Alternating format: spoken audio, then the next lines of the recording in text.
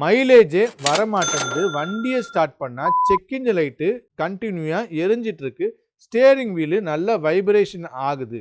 இதுதான் இந்த வண்டியோட கஸ்டமர் கம்ப்ளைண்ட். நான் எடுத்திருக்க வண்டி பார்த்தீங்கன்னா போலோ ஜிடி 1.2 பெட்ரோல். ஸ்கேன் போட்டு செக் பண்ணி பார்க்கலாம் என்ன டிடிசி கோடு வருதுன்னு பார்த்தீங்கன்னா சிலிண்டர் மிஸ்ஃபயரிங் சொல்லிட்டு 1 2 4 கன்சிஸ்டிங்காக வந்துட்டு இருக்கு.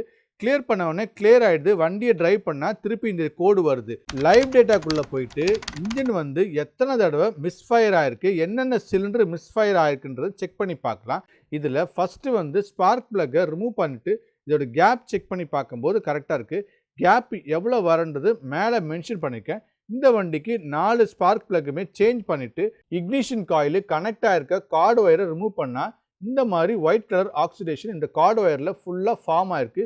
இந்த ஆக்சிடேஷன் வந்து பார்த்திங்கன்னா இக்னிஷன் காயிலையும் இருக்கிறதுனால ஃப்ளோ ஆஃப் கரண்ட் வந்து சுத்தமாக வரவே வராது. அப்போ இந்த மாதிரி மிஸ் ஆகும். இது எல்லா சிலிண்டர்லுமே செக் பண்ணி பார்க்கும்போது இருக்குது. ஸோ இந்த வண்டிக்கு இக்னிஷன் காயில் ப்ளஸ் வந்து கார்டு ஒயர் செட்டு ஃபுல்லாக மாற்றியாச்சு. ஸோ இதுதான் வந்து புது இக்னிஷன் காயில் இந்த வண்டியோட 1.2 பெட்ரோல் ஜிடிக்கு. இது கூட பார்த்தீங்கன்னா பெட்ரோல் ஃபில்டரையும் கழட்டிட்டு புது ஃபில்டர் மாற்றிட்டு ஸ்கேன் போட்டு டிடிசிலாம் செக் பண்ணி பார்க்கும்போது எந்த ட்ரபிள் கோடுமே வரல. ஸோ வண்டியை வந்து ஒரு டெஸ்ட் டிரைவ் எடுத்து பார்க்கும்போது அந்த வைப்ரேஷனும் மிஸ்ஸிங்கே எதுவுமே வரல. இந்த மாதிரி உங்கள் வண்டியில் செக் பண்ணி